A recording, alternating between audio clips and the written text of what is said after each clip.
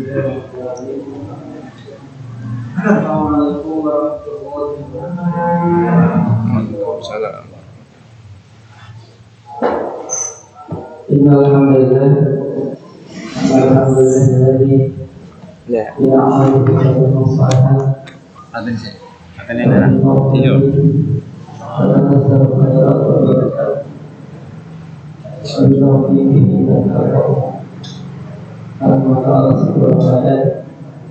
أشهد أن لا إله إلا الله وحده لا شريك له وأشهد أن نبينا محمدا عبده ورسوله لا نبي ولا رسول بعده اللهم صل وسلم وبارك على نبينا محمد وعلى آله وأصحابه ومن والاه أما بعد فإن أصدق الحديث كتاب الله وخير الهدي هدي نبينا محمد صلى الله عليه وسلم وشر الأمور محدثاتها وكل محدثة بدعة.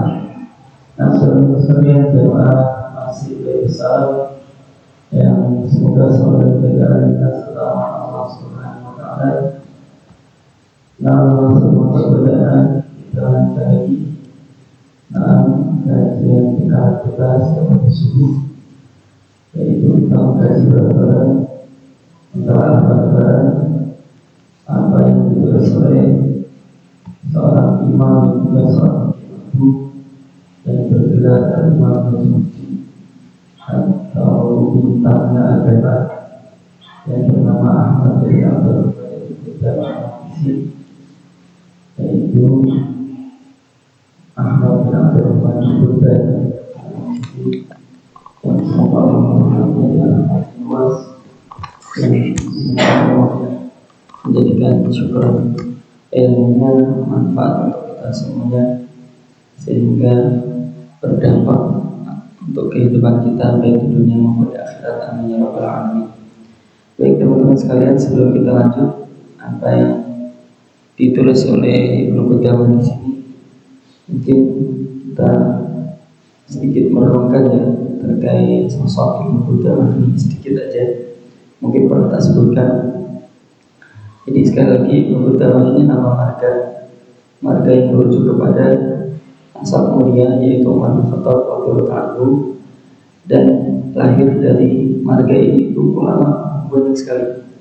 Nanti kalau itu dengar Imam Syamsuddin Ibnu Qudamah itu Mahmud itu banyak sekali karena yang bergelar Imam Syamsuddin Ibnu Qudamah itu banyak.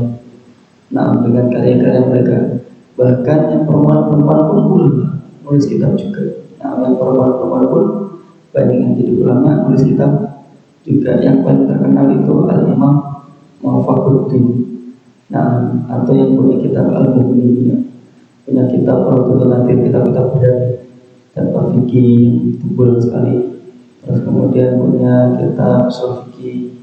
Nah, untuk Al-Imam Najmuddin ini, walaupun beliau seorang hakim agung, tapi tidak diketemukan karya beliau. Ini kan aneh, seorang ulama besar tapi tidak ditemukan karya beliau kecuali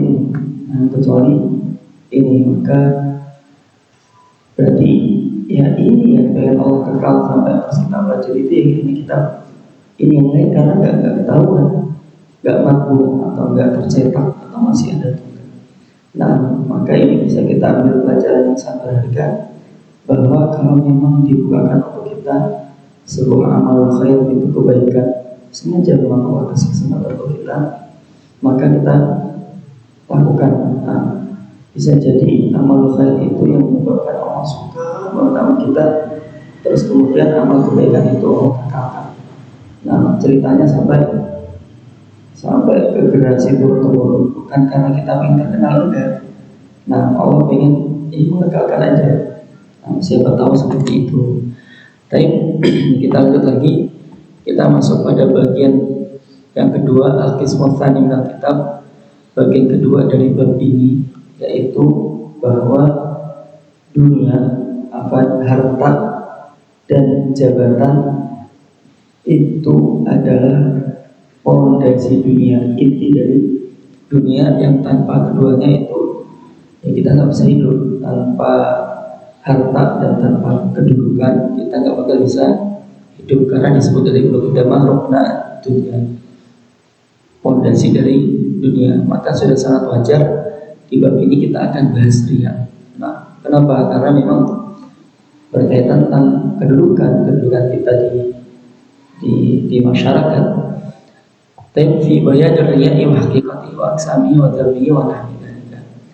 Tapi subbab ini akan membahas terkait tentang riya serta hakikatnya, pembagian-pembagiannya, dan betapa tercelanya riya dan yang berkaitan tentang riya. Berarti ini pembahasan akan jadi panjang sekali.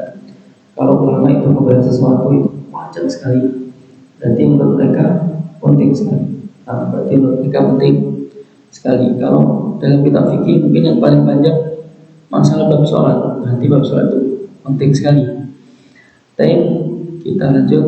Waqad warada dzammu riya'i fil kitab wa sunnati min dzalika qauluhu ta'ala, dan telah tertera dalam terkait mencela riya atau tercelanya riya, entah itu disebutkan dalam Al-Quran maupun As-Sunnah. Di antaranya adalah firman Allah Subhanahu wa taala di surat Al-Ma'un dari ayat 4 sampai 6, fawailul lil musallin alladzina hum an salatihim sahun. Maka celakalah bagi orang-orang yang sholat tapi sifatnya adalah mereka yang lalai dalam sholat mereka. Nah, mungkin tak bahas sedikit, walaupun mungkin sudah dibahas ya sama Ustadz tafsir kita, tapi dari sisi nahwu ini penting ya, masalah nahwu itu. Imam Syafi'i itu pernah berkata, saya lupa bagaimana kalau salah, wa mas'alatu an mas'alatin fil fiqhi, tidaklah aku mentok terhadap permasalahan fikih illa wa wajadtu jawabaha fi nahwi, kalau kecuali aku mendapati jawabannya itu dalam ilmu nahwu. Karena ilmu nahwu ini membuka cakrawala kita terkait bagaimana memahami ayat-ayat Allah dan hadis Nabi. Walaupun mungkin tambah lagi ilmu bahasa Arab sama ilmu balaghah, tapi dulu itu satu disebut ilmu nahwu dan otomatis masuk ilmu bahasa sama ilmu balaghah. Kalau sekarang dipecah lagi. Nah, baik, lanjut lagi. Allah di sini menggunakan kata an, dan ini kata para ulama di antaranya disebutkan dalam tafsir At-Tahrir wa At-Tanwir karya At-Tahir bin Asyur dan yang lain-lain. Nah, bahwa an di sini wujud bahwa Allah itu sayang banget sama kita, katanya gitu. Kenapa? Karena an ini fungsinya tajawuz, melampaui batas, sehingga ketika dibahas alladzina hum an salatihim sahun, mereka yang lalai dalam sholat mereka, itu melampaui batas, berarti mereka mengerjakannya di luar waktunya. Misal sholat maghrib dilakukan di waktu isya, atau salat isya dilakukan waktu subuh, maka ini masuk kategori lalai. Nah, orang kayak gini celaka semua. Kalau cuma kayak gitu, insya Allah kita bisa menghindarinya. Insya Allah kita bisa menghindarinya. Dan Allah di sini tidak menggunakan kata fi. Nah, lalai di dalam sholat mereka. Kalau menggunakan kata fi, baru kita. Memang siapa dari kita yang dari takbiratul ihram sampai salam itu bisa khusyuk, fokus ke Allah? Susah banget. Ada yang Al-Fatihah saja itu susah sekali. Nah, saya pernah baca di kitab Al-Masalah dari Jusalikin itu ngerasa plong itu. Ibnu Qayyim al-Jauziyah itu ngomong, asal kita Al-Fatihahnya khusyuk, maka sisa sholat itu dihitung khusyuk. Makanya kalau itu Al-Fatihah pertama bisa kayaknya, mudah-mudahan Pak, butuh fokus tapi gitu. Karena memang kata Nabi Muhammad itu, ketika kita sholat di hadapan kita itu dikasih cermin memang. Nah, coba cermin kalau gak khusyuk langsung ingat ke arah sujud, nanti langsung bisa fokus lagi. Biasanya orang yang khusyuk itu matanya ke depan, karena tidak ditaruh cermin di situ, cermin penglihatan masa lalu atau cita-cita masa depan. Tapi ke bawah biasanya langsung bisa segera kembali. Nah, ini kalau diterjemahkan dari sisi bahasa yang berarti orang Islam bakal kena kalau mereka melakukan sholat itu di luar waktunya, kalau mereka nggak kena. Tapi para ulama menerjemahkannya, ulama-ulama asar kita nyebutnya gitu ya, yang merujuk pada ucapan-ucapan salaf. Ayat ini tuh memiliki sababun nuzul, yaitu terkait orang-orang munafik, terkait orang-orang munafik, yaitu mereka lalai dalam sholat mereka. Sholatnya seperti apa? Nah ini alladzina hum yura'un, yaitu mereka ketika sholat itu pengen dilihat orang lain. Sebenarnya kalau kita lihat hakikat orang munafik, kita mungkin ada syukur-syukurnya ya. Kenapa? Karena kita jadi ada contoh yang dulu itu seperti apa. Karena kalau kita hidup di zaman dulu, kayaknya nggak masuk akal ada minyak, nggak ada. Kita melihat orang sholat zakat ini tuh karena minyak itu nggak masuk akal. Dulu sahabat sedekah itu benar-benar kelihatan dan cukup banyak. Nah, Abdurrahman bin Auf itu sampai bawa pas sedekah perang Tabuk itu bawa emas itu sampai susah dibawa, dan itu lihat orang itu kan untuk hari-harian mantap banget itu. Wah, sedekahnya emas sampai ngakal aja keberatan ini kan luar biasa. Tapi sama dulu gak ada dia. Nah, karena ada contoh orang munafik, jadi kita bisa tahu gambaran riya itu apa. Tapi mungkin riyanya orang munafik kalau dibandingkan dengan sekarang itu, mohon maaf nih, dahsyatan orang sekarang. Kayaknya dahsyatan orang sekarang, orang-orang Islam sekarang. Kenapa? Karena orang munafik itu riyanya tidak untuk dapat pujian. Mereka hanya pengen agar tidak disebut mereka itu kafir. Hanya itu. Makanya mereka sholatnya itu sholat yang kelihatan. Zuhur, asar, maghrib masih terang, tapi isya subuh nggak sholat mereka. Nah, kenapa? Ya karena nggak kelihatan. Nah, karena memang belum kelihatan. Tapi berarti mereka sholat agar tidak disebut kafir, betul. Sedangkan orang-orang sekarang yang riya itu mereka melakukan ibadah agar dipuji orang lain. Nah, ini kan lebih dahsyat lagi. Masa melakukan suatu amal ibadah untuk dipuji orang lain? Bahkan melakukan orang itu dalam sebuah kitab menulis bab itu dalam sebuah bab itu dalam Syekh Muhammad bin Abdul Wahab itu dalam kitab Tauhid, dia bikin satu bab khusus itu namanya minasyirki iradatul insan bi'amalihi ad-dunya, termasuk kesyirikan, termasuk karena dia akan masuk syirik, termasuk kesyirikan orang yang beramal akhirat tapi mengharapkan dunia. Mengharapkan dunia itu apa ya? Di antaranya pujian orang, karena memang pujian itu dunia. Nah, di Allah Ta'ala berhenti itu, jadi jangan sampai nih. Bahkan satu lagi di era penulisan hadis kan berakhir tahun 300 Hijriah ya. Siapa yang lupa, Imam Bukhari atau yang lain itu ketika nulis hadis tentang orang yang diseret mukanya ke neraka, kita ada 3 yaitu orang yang sedekah karena pengen dapat pujian, orang yang jihad karena pengen dapat pujian, orang yang untuk ilmu sampai jadi ustaz atau jadi ulama karena pengen dapat pujian, pokoknya dapat pujian. Nah, ketika baru satu riwayat didapat itu orang jihad karena pengen dapat pujian, dia jari dan sebagainya, dia langsung bisa karena dalam otaknya kan masuk akal, kok bisa ya orang melakukan amal akhirat yang dapat ujian, langsung pingsan, langsung bisa. Dan itu kejarannya itu mukanya diberikan malaikat di syarat-syarat diambil neraka. Itu kan pelecehan tingkat-tingkat Pak. Ini kan muka, ini kan orang apa ya, yang paling kita hormati, yang paling kita muliakan. Kalau tepuk orang gini ya, wah berarti ngajak ribut. Ya kalau nepok di sini, nggak apa-apa. Kalau nepok di sini ngajak ribut. Nah ini muka yang paling mulia di syarat-syarat yang neraka. Makanya jangan ya kita bareng-bareng ya, jangan sampai riya. Makanya nanti Bukhari bahas masalah itu. Di sini dulu tayang sekali sampai kita kebayang. Itu masuk ya sampai kayak gitu. Nah terus kemudian ayat berikutnya, faman kana yarju liqa rabbih falyamal amalan shalihan. Barang siapa yang berharap untuk ketemu dengan Allah dengan keadaan enak-enak. Nah, orang kalau nggak berharap ketemu Allah itu fokusnya dunia, nggak pengen mati dia. Nah, kalau pengen seperti itu, ketemu Allah dengan bahagia, falyamal amalan shalihan, maka hendaknya dia beramal soleh. Beramal soleh itu segala perbuatan yang bernilai ganjaran. Apapun itu amal dunia juga insya Allah bernilai ganjaran. Wala yusyrik bi ibadati rabbih ahada, dan dia tidak menggabungkan seseorang pun dalam peribadatan kepada Allah Subhanahu wa Ta'ala. Nah, kalau ibadah Allah ibadah aja, nggak usah digabungkan dengan ingin dapat pujian orang lain, karena memang orang soleh itu ada pujian khusus, dan itu lebih nikmat daripada orang yang banyak hartanya. Nah, Allah Ta'ala, tapi ya kurang lebih gitu lah. Saya ada cerita sedikit, ya karena nggak tahu ya cerita aja.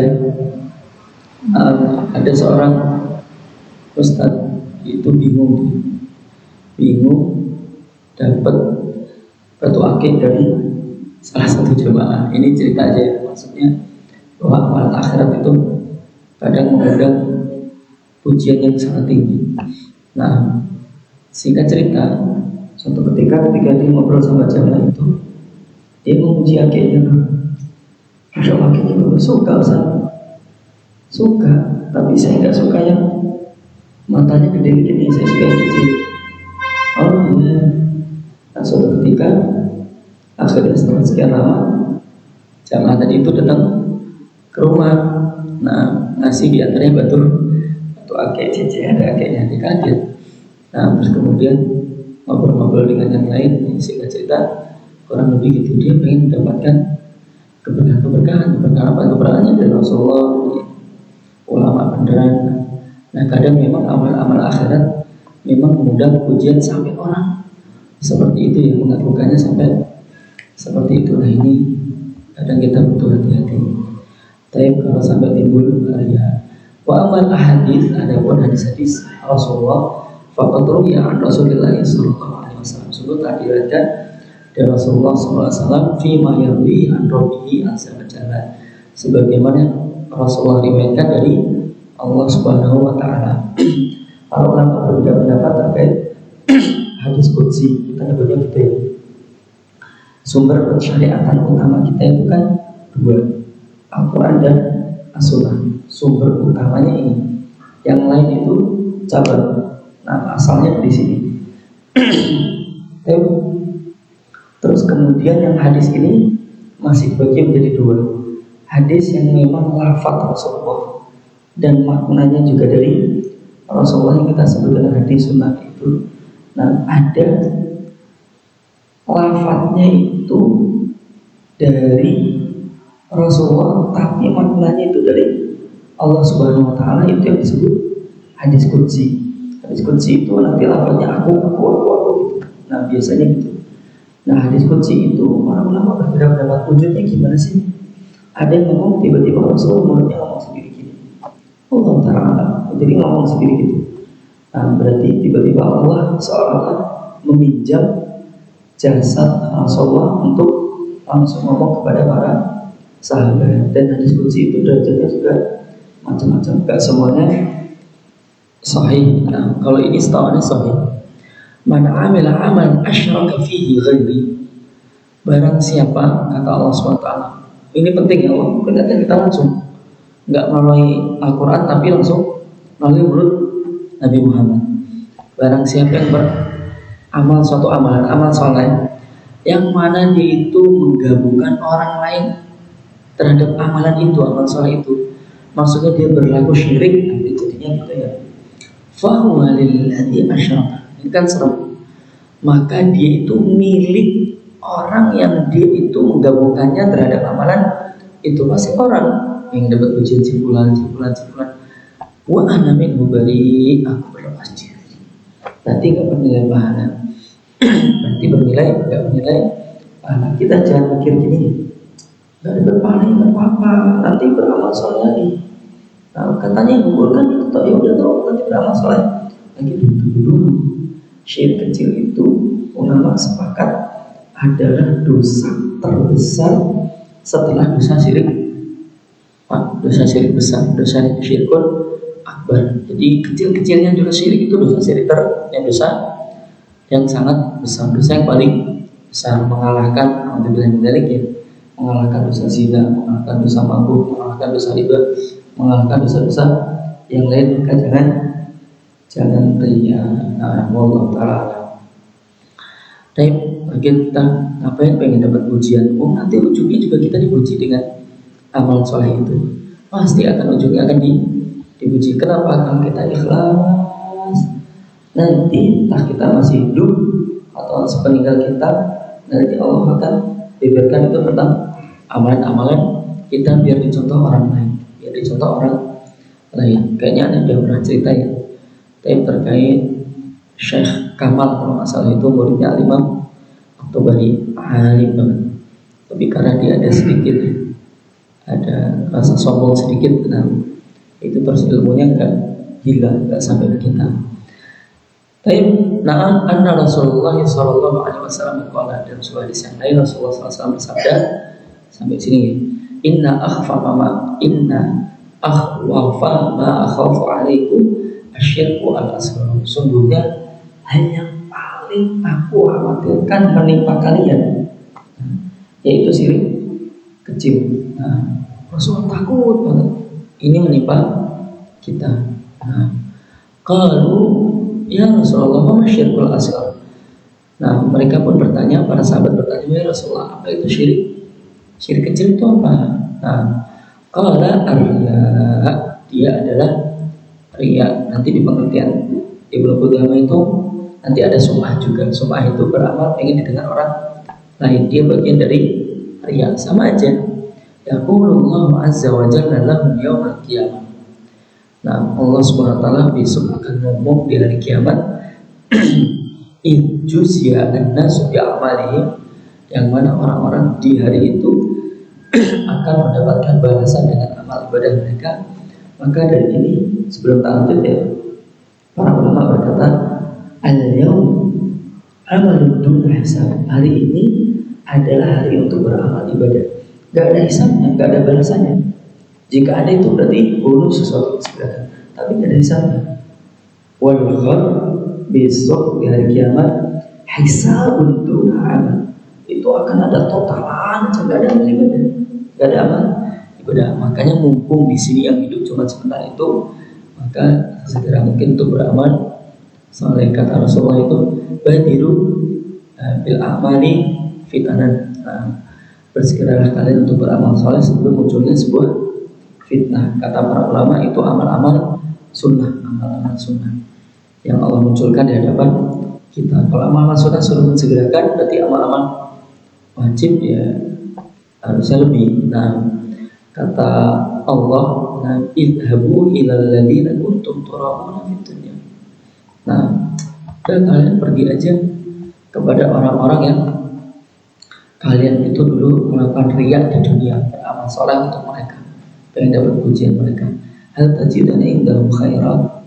Nah, apakah kamu mendapatkan sebuah kebaikan dari amal ibadahmu itu? Wah, jadi Masya Allah. Kalau begitu kan gimana? Kita datang ke mereka, ya gak bakal mereka bisa ngasih kita kebaikan besok dari kiamat.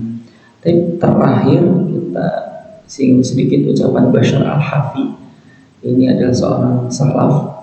Bisa kok belum cari-cari ya. Kalau nggak tapi-tapinya tapi. Kalau sahabat kayaknya enggak. Beliau mengatakan la'an atlubat dunya bimismarin. Aku nyari duit dengan paku. Jadi tukang batu istilahnya ya, tukang kayu itu ya. Ahabbu ilayya atau ahabba ilayya, itu lebih aku sukai min atlubaha biddi, daripada aku mencari dunia dengan agama. Masya Allah. Nah, ini serem ya, dan mungkin kita harus benar-benar waspada ya ketika nanti hari Isra Mi'raj. Nah, mohon maaf dulu, ketika Rasulullah pada Isra Mi'raj itu ada Rasulullah melihat pemandangan yang kita semua tahu ya, bibir ditarik terus dikutik pakai gunting angin, ditarik lagi muncul lagi gunting, muncul lagi gunting, terus itu pemandangan ngilu ke Rasul, mesake, Rasul sampai mesake. Man dzaka ya Jibril, wahai Jibril itu siapa? Khotobamuka, itu tukang ceramahmu. Maksudnya dari umatmu, ya kan? Salam. Tapi bila sampai sini, insya Allah di pertemuan berikutnya kita akan bahas terkait pengertian ria, terus kemudian ria dalam agama, ria dunia, ria ini banyak sekali. Dan kita tutup dengan bacaan doa kafaratul majlis. Subhanakallahumma wa bihamdika asyhadu an la ilaha illa anta astaghfiruka wa atubu ilaik. Wassalamualaikum warahmatullahi wabarakatuh.